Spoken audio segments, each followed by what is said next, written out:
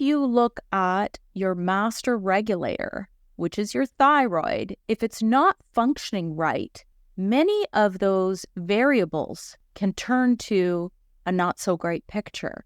And that is the connection. And obesity is the biggest one. Yeah, absolutely. And I have someone who's really struggling with her weight. I'm like, what? Can you just throw it out the window?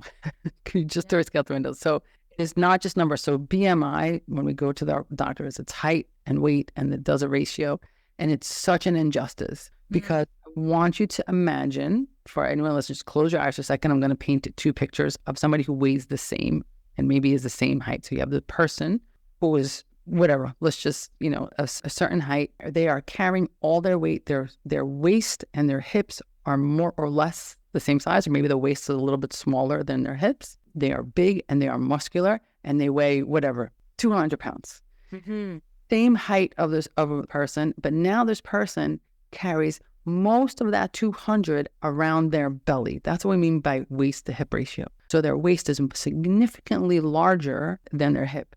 Both the same height, both coming at the same weight. One is a triathlete and the other one is on the way to a heart attack. So the BMI is just not it. Visually, if you're carrying your fat around your middle, the problem with that is that it's surrounding your organs. It's what we call visceral fat, and that becomes dangerous.